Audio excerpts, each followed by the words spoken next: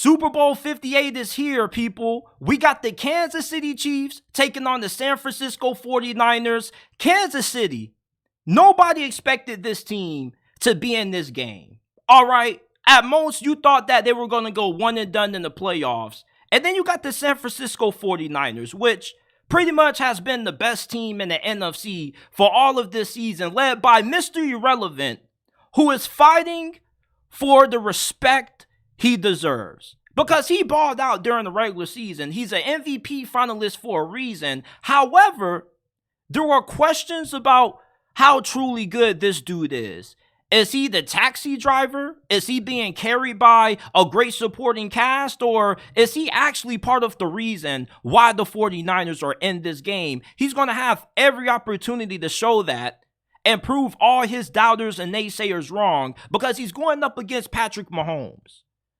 The biggest question with the 49ers offensively is going to be, can they get out to a fast start? Their last two games, they've all been great performances in the second half, but less to be desired performances in the first half. Kyle Shanahan's play calling has not been that great. Brock Purdy isn't as good in the first half as he is in the second half. And going up against Patrick Mahomes in Kansas City, this is the last team that you can afford to go into halftime down against. You have to start out fast, because if you allow Patrick Mahomes in Kansas City to get in rhythm and get momentum early, they're going to carry that momentum for the rest of the game. And the last time these two teams met up, San Francisco had the game in their hands until Patrick Mahomes woke up the last 7 minutes and some change in the fourth quarter.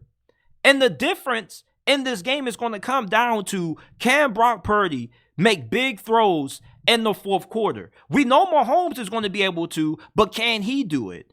Josh Allen wasn't able to do it. He wasn't able to connect on that big throw to Stephon Diggs late in that game. He also missed Stephon Diggs when he was wide open on that third down, and he overthrew the dude for the touchdown. Lamar Jackson had a costly interception in triple coverage late in the fourth quarter in the AFC Championship. If you want to be able to beat Patrick Mahomes, your quarterback has to be able to make big throws in the fourth quarter and crucial downs. Hell, when San Francisco lost with Jimmy Garoppolo, we all remember that throw when he overthrew Emmanuel Sanders. Brock Purdy's legacy is going to be defined by what he does in this game. And I know that this dude is only in his second season, but remember what happened to Jimmy Garoppolo. Before that Super Bowl, the majority of people out there in the media considered Jimmy G to be a top 12 quarterback. All of a sudden, he overthrows Emmanuel Sanders. He gets outplayed in the fourth quarter by Patrick Mahomes after outplaying him for the majority of the game, and the narrative starts to flip. And then all of a sudden, he's no longer with the 49ers and they draft his replacement. Brock Purdy, if he can lead the 49ers to a win in this game, he wins Super Bowl MVP. The narrative that is thrown out about him is going to be forever altered. It's going to be forever changed. He may not ever be regarded as an elite quarterback, but at least he'll have respect. Like Joe Flacco, have respect. Nobody looks at Joe Flacco as one of the greatest quarterbacks of all time, but he has a lot of people's respect because of what he did in that Super Bowl against the San Francisco 49ers and how he elevated his game during the Ravens playoff runs. This is Brock Purdy's chance to enshrine himself in history. You can be the best Mr. Relevant pick in the history of the NFL draft. Not just that, but the narrative about what you need to win the Super Bowl to be able to compete is going to change, because if Brock Purdy can win you a Super Bowl, that shows you that, oh, well, maybe we don't need a superstar quarterback like a Patrick Mahomes or a Josh Allen or Lamar Jackson to win. We can win with a quarterback that can execute the offense.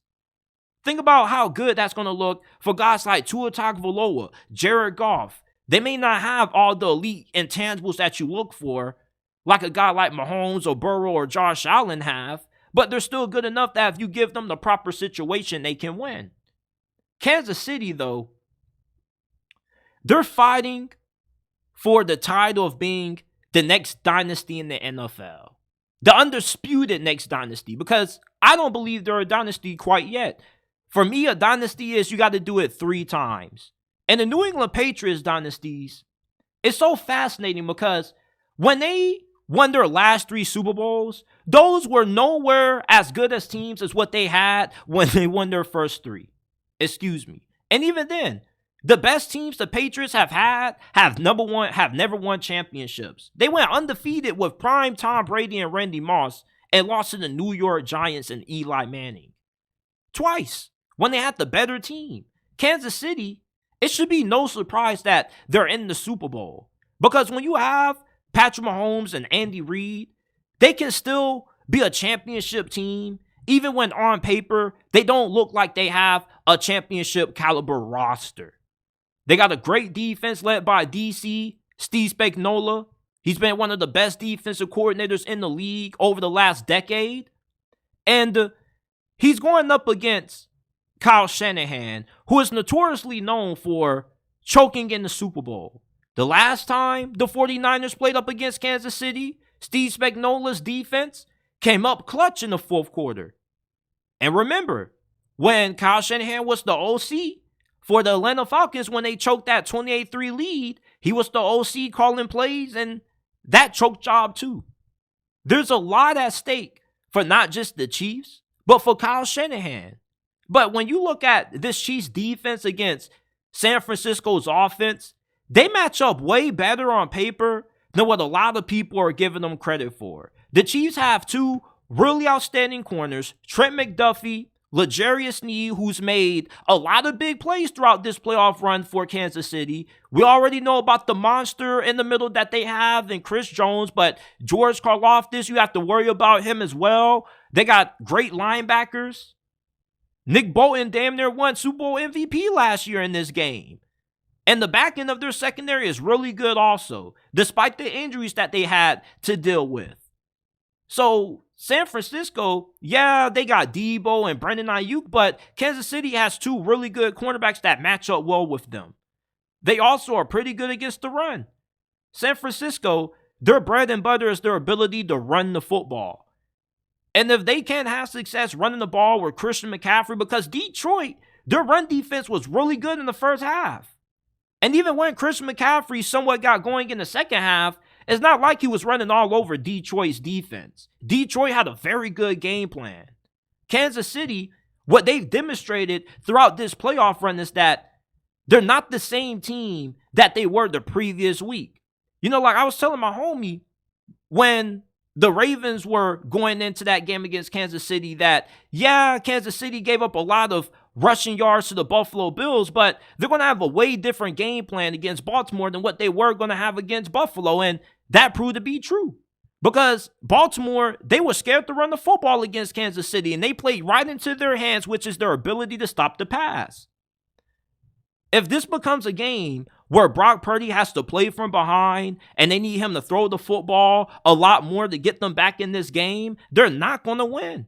There's a reason why Kyle Shanahan doesn't have a winning record when he's trailing after halftime. This is not a team that's equipped to beat Kansas City if they have to do it coming back from a big lead.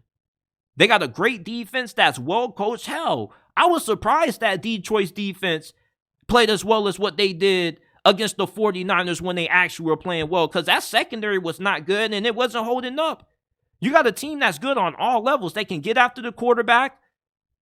The 49ers don't have good interior guards. That's something that isn't getting talked about enough.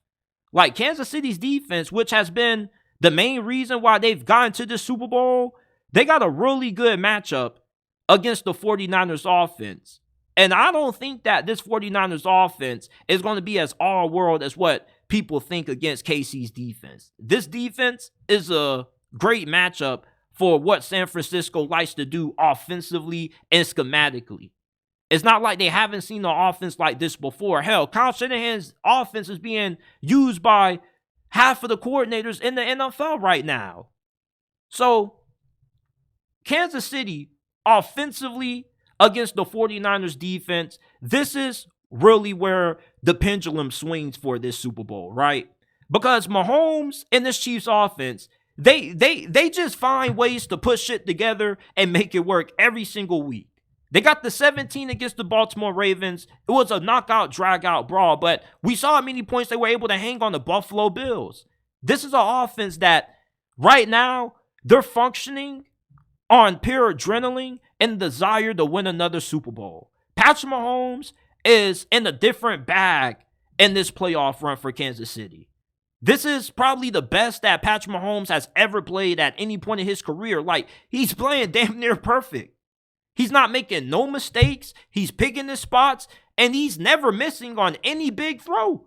That throw to MVS late that sealed that game against the Ravens was a throw that they missed on early during the season. If my memory serves me correctly, it was either against the Eagles or the Packers. MVS, Kadarius Toney, whoever else they got at wide receiver, they may not be the best of talent, but they're good enough to get it done against a questionable secondary. The 49ers defense is really overrated. Everybody thinks about all the talent that they have, all the big names, Nick Bosa, Reek Armstead, Chase Young, Travarius Ward, but when you watch the games, a lot of those guys aren't really showing up. Chase Young, I haven't heard this dude's name since he got traded from Washington to San Fran for a third-round pick, and his ass was making all kinds of mistakes last week. You know, Steve Wilkes, which we're going to talk about a little bit later, he called out the 49ers defense for their lack of effort in the NFC Championship. Part of that is because Chase Young is doing his own thing. Either he doesn't know the assignments or he's just freelancing, doing whatever out there. He isn't a guy that's coachable. You can't have players doing their own thing when you're going up against Patrick Mahomes. Why do you think Tom Brady and Bill Belichick were so successful despite not being the most talented team in every Super Bowl that they won? Because they don't kill themselves. They were always well disciplined. They were always well coached. They always stayed true to who they were. The 49ers don't have a great defense. Kansas City, they may not have big names offensively, but they got Mahomes, they got Isaiah Pacheco, and you can run the football on San Francisco's defense. Hell, Detroit at halftime had like 130-something yards running the ball against the 49ers defense. This is not the impenetrable defense y'all think it is when you look at it on paper. This is a defense that is not playing good right now, and they're on life support. And Patrick Mahomes is probably about to put the killing blow to him. It was one point this season when people thought Steve Wilkes should have been fired when they went on that 3-game losing streak before their bye week. The 49ers defensively have a lot that they have to prove in this game. This is not a good defense. Kansas City, they're playing their best on the offensive line that they have all season long. This offensive line struggled for the majority of the regular season. It's not until now, all of a sudden, this offensive line is playing well. And that's been the driving force in Kansas City's wins in the postseason this year. They beat Baltimore. They got the best defense in the NFL. Tons of monsters up front. And yet they still were able to have a little bit of success offensively that have propelled them to the win. So when you look at the 49ers defense, if they don't show up in this game, and this defense doesn't play up to the level of talent that everybody likes to name, Nicholas, John, excuse me, Nicholas, John, Bosa, like Fred Warner, like, cool, they got a lot of big name players that are considered to be the best at their position, but where are those guys going to be at in this game? Where were they against the Detroit Lions or the Green Bay Packers? Like, they were getting carved up by Jordan Love. I didn't forget that game. You see, once you get to the playoffs, the team that you were in the regular season may not be the same team that you are in the playoffs because it's a different brand of football. Kyle Shanahan doesn't know how to win in games like this. Andy Reid and Patrick Mahomes do. That's why I got to take Kansas City to get the win. Listen, I can't bet against Patrick Mahomes. And I also can't bet against Andy Reid. And I can't trust Kyle Shanahan. Now, can I trust Brock Purdy? Maybe.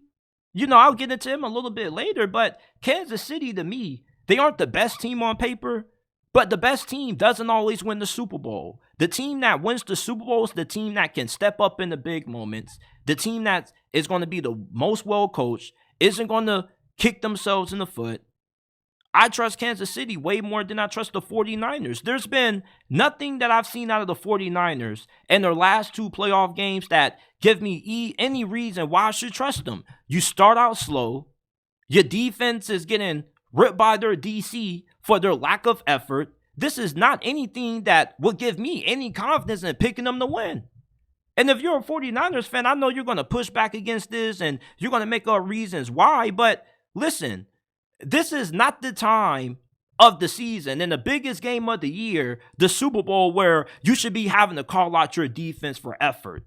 You know, at this point of the season, you are what you are. And what the 49ers are is a team that has gotten through majority of these games because, yeah, they got some red flags, but they've been able to out-talent everybody. They've been able to find a way. You can't find a way against Patrick Mahomes. You got to come ready. You got to come prepared when you're going against Patrick Mahomes. You can't expect to beat Mahomes starting out slow, having your quarterback having several interceptions. You know, Brock Purdy, this is going to be the game of his life. If he can come out and outplay Patrick Mahomes, he already has my respect. But there's no way nobody in the media can't give this dude respect if he can outdo Mahomes. This dude is like the greatest quarterback of our era right now. But I don't think that's going to happen. There's a reason why these superstar quarterbacks are getting paid the money that they are. There's a reason why Mahomes has the reputation that he has around the league as the next GOAT. You want to know why? Because you know, regardless how the game starts, you know that you're going to get his best performance at the end. Because that's when it matters the most. And when the lights are the brightest, that's when Patrick Mahomes makes the big plays. Brock Purdy, you can say the same thing for him, but we haven't seen him going up against a quarterback as good as Patrick Mahomes. The last time we saw Brock Purdy against an elite quarterback, you know, he got outplayed by Jordan Love and he got outplayed and outshined by Lamar. He threw 4 interceptions in that game. I'm taking Kansas City to win. 27-20 is my final score prediction. This is going to be another Super Bowl win for Patrick Mahomes, and this is going to be the Super Bowl that cements Kansas City as a dynasty in the NFL.